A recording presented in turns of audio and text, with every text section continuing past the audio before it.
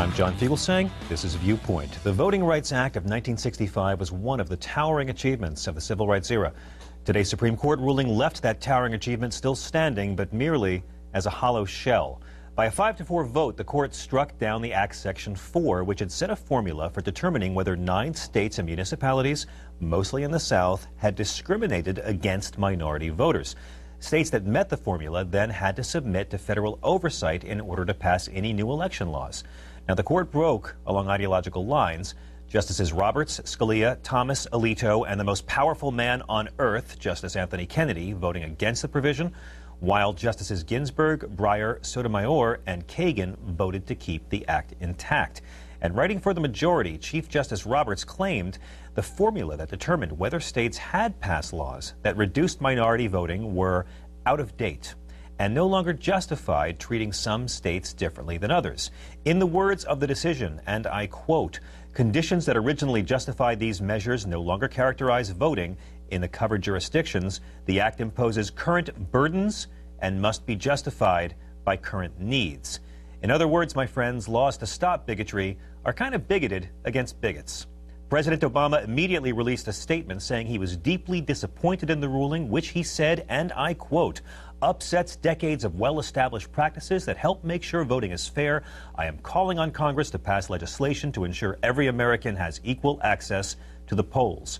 Now, Congressman John Lewis, a hero of the Civil Rights era who marched with Dr. King, was a bit more blunt.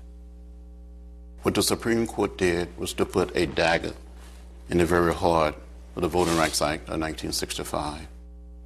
While in Texas, you'll be shocked to know state officials marked the court's decision by immediately enacting a voter ID law that will make it harder for poor people, old people, and college students to cast their ballots. For more, we are privileged to be joined by one of the historic leaders of the civil rights movement, the founder and president of the Rainbow Push Coalition, the Reverend Jesse Jackson. Good evening, sir. Welcome to Viewpoint. To you, sir. It's great to have you. Now, Congressman Lewis, as you know, said he was in disbelief that the court would make this decision. How did you feel, sir, when you heard the news? Were you surprised? Well, I was not surprised, but certainly very disappointed. Let me submit to you, 1865, we win our freedoms. 1896, the courts take it back. 1965, we win the right to vote. This court, 2013, takes it back. We've kind of been here before. Unless we forget, when Mr. Roberts speaks of how much better things are now, there are more elections because of federal protection. Once the protections are removed, then they begin to use gerrymandering and annexation at-large schemes to take back away the impact of the vote. It began in Texas today. Exactly right. Now, as you know, sir, the court left most of the Voting Rights Act intact. So let me ask, do the provisions still in effect allow civil rights groups and individual plaintiffs to fight discrimination? Well, it's a much more expensive process. Since 1982, there have been 800 cases blocked of attempts at discrimination where they draw the lines. Let us not forget, this affects the very heart of expanding our democracy to be an inclusive one. In 1965, blacks could not vote, but there was no woman on the Supreme Court. White women could not serve on juries. 18-year-olds who served in Vietnam could not vote. You couldn't vote on college campuses. You had to go home to vote absentee. You could not vote bilingually. So the schemes to undermine the vote have never really stopped. And of course, last year you saw the voter suppression scheme, the voter ID schemes, and so those who lost their privileged power in 1965 ideologically, they've never stopped fighting back. Today they've had a measure of victory, but we must resist it mightily. Well, as you know, the Voting Rights Act was passed in '65. To take one example from the Census Bureau, that year 70% of Caucasians in Mississippi were registered to vote, and only 7% of African Americans. Now, last year, as Fox News has been telling me all day, 81% of Mississippi whites were registered to vote, but so were 90% of Mississippi's African Americans. And as you've heard, we have an African American president in the White House, so the right-wing refrain, I'll ask to you, sir, why is this law still needed? Well, you know, first of all, it's not just blacks. The blacks took the brunt of the bloody battle, but it's blacks, it's who are locked out, it's Latinos, it's women, and in either of those groups is knocked out, it undermines the fabric of the coalition of all of them.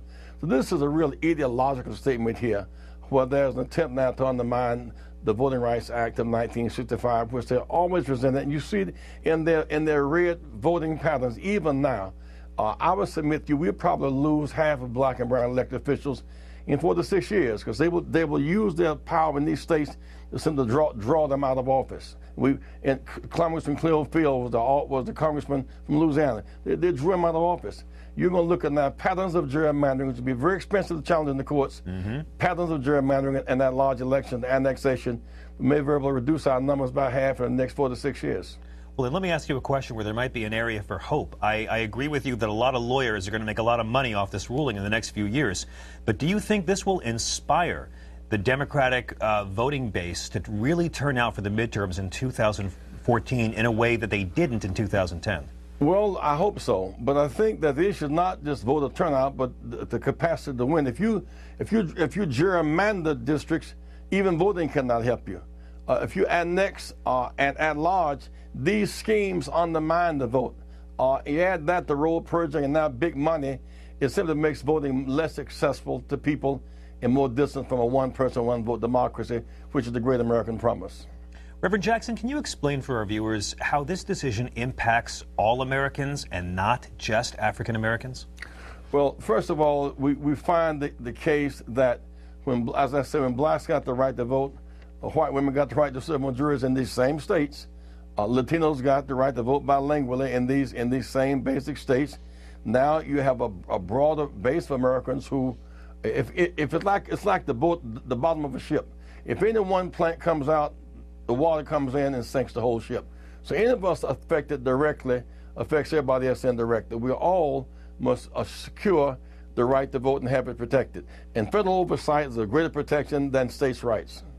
Indeed, as we pointed out, these voter ID laws that Texas is trying to get across the boards right now really hurt poor folks. They help college students who might not have driver's license, and they hurt seniors who don't have a state ID as well. I was in South Carolina just last week, and they are turning down $13 billion for Medicaid. They don't want federal money. Turning down $1 billion in education. They don't want federal money. This ideological battle between feds and states are continuous, and everything that they have within their states' rights powers to do, making voting more difficult, making access to education and health care more difficult, first-class jails, second-class schools. We have had enough of it, and we must fight back to the streets and back to the courts. And I hope President Obama will not just protest, showing his anguish over it, anger about it, but he has the power to convene the Congress.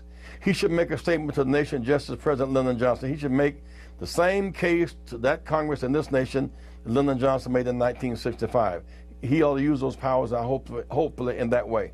And I agree with you, sir, and I hope we'll be seeing that very soon. But let me ask you one last question. Given that the vast majority of minority voters went for President Obama in the last election and that the conservative members of the Supreme Court were the ones who handed down this decision, do you see this as a complete political decision by what is supposed to be an apolitical, non-activist court? Well, the same, absolutely, it's political, just as they left their vacations and came back in year 2000 and gave Bush the election.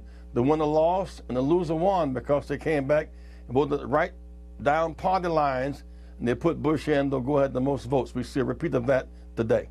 And you're exactly right. And they also just rebuked Presidents Bush and Reagan for upholding this act in their previous votes during their terms. Reverend Jesse Jackson, founder and president of the Rainbow Push Coalition, many thanks, sir, for sharing your time with us on Viewpoint this evening. Thank you, sir. For more on today's Supreme Court ruling on the Voting Rights Act, I'm very pleased to be joined by Congresswoman Sheila Jackson Lee, Democrat representing Texas's 18th Congressional District and a senior member of the House Judiciary Committee. Congresswoman, what a pleasure. Welcome to Viewpoint. Thank you so very much, John. It's good to be with you and your viewers. It's great to have you. Now, you posted on your website that this was not the time for the court to weaken or repeal the Voting Rights Act, which you called the anchor protecting Americans' right to vote. So I've got to ask, what's your response now that a 5-4 Supreme Court conservative majority has done just that? Well, John, let me tell you that this was a very emotional day for me. As the news creeped into Texas, I was in Texas as it was breaking. I literally broke down and cried. I didn't force it. I didn't expect it. I didn't expect a surge of emotion. I am still at that state. I am intertwined with the Voting Rights Act of 1965. I know the three civil rights workers. When I say I know them, I was alive, obviously, as their bodies were being found. I work for the Southern Christian Leadership Conference, but more importantly, I've seen leaders like President Lyndon Baines Johnson, who's in my lifetime, who worked meticulously after the movement led by Martin King and unknown soldiers pushed the idea of the Voting Rights Act of '65. If you read the story of Lyndon Baines Johnson, you'll find out that he went one vote at a time, Republicans and Democrats, and brought a bipartisan House and Senate together to vote for that act. You will find out, as a senior member of the Judiciary Committee in 2006, we painstakingly collected 15,000 pages of testimony, people pleading from all the states that were covered and said, we need the Voting Rights Act of 1965. What I want to say, John, is that this is an American legislation. This is an American initiative. This is about protecting the rights of all Americans. I don't know why people don't think that whether you're white American, Hispanic, or Asian, you're a woman, you all have civil rights. We all have civil rights. The Voting Rights Act was on the basis of civil rights. Exactly. And so my fear is this. One, the emotion that rose up in me was based upon whether we were facing another partisan divide. The Supreme Court indicated by keeping Section 5 that they believed or affirmed that discrimination still exists, but yet the enforcement part of it was thrown back to one of the most divided Congresses in the history of the United States of America. Just let me give you this one point, John, this one point. This is like vaccination for measles. You're using the vaccination for measles. All of a sudden you see that there is a decrease in children getting measles. And what do you say? The Medical Association says, good, let's get rid of the vaccination. It's working. That is not clear reasoning. Exactly right. And I got to say, back in your home state of Texas, I guess I was surprised, maybe not, that Attorney General Greg Abbott wasted no time, Congresswoman, using today's court decision to enact a completely unnecessary voter ID law that no one needs, that the Justice Department had previously blocked. What does enacting that law today mean to your district and to your state? You know what? I'm welling up again, and I'm not in any way being facetious about this. It is clear evidence, John, clear evidence to America that what the Supreme Court did today was to turn back the clock 150 years. This year, 2013, is 150 years from the Emancipation Proclamation in January of 1863. And I believe the Supreme Court turned the clock back. Our Attorney General could not wait 5 minutes to be able to show who was in charge and to be able to oppress the people of the state of Texas. There were reasoning behind the Justice Department blocking of the voter ID law because there were tens upon tens of counties in Texas that had no ability for, in particular, elderly voters and Hispanic voters to be able to even access to get a voter ID card. Exactly. The cost was exorbitant, which would block people who didn't have means other than maybe being on a fixed income. But that should tell the story. As soon as the Supreme Court kicked the can down the road, threw it into the throngs of a divided Congress that cannot even pass immigration reform, on the underpinnings of there were too many minorities voting in 2012, then they see an elected official that holds the trust of his state constituents, who happen to be majority and minority individuals, immediately goes and places in this draconian voter ID law. If this doesn't raise the ire and the concern of good-thinking Americans across this nation, I don't know what does. And I've introduced legislation today called the Coretta Scott King Do Not Redistrict in Mid-Decade Law, which will prevent midterm redistricting. I don't know if that's going to be next. It'll in fact impact school boards, state legislators, it'll impact congressional seats, all of these seats that were drawn under the Voting Rights Act to empower all of our voters, all of our voters. And here we have today, Texas now being the poster child for how wrong the Supreme Court decision was. Thank God for Justice Ginsburg. I want to thank her publicly for the courageous act of reading her opinion, which made a simple statement: if discrimination exists, then so should the complete Voting Rights Act of 1965. I think you're right. I encourage all of our viewers to read Justice Ginsburg's dissent. I thank you, Congresswoman, for your continuing work on this issue and for pointing out that this affects a lot more than just African Americans, and the actions of your state's Attorney General proves exactly why this law is still needed. Democratic Congresswoman Sheila Jackson Lee, representing Texas's 18th Congressional District. Many thanks, ma'am, for sharing your time. Thank you so very much. This is a call for action.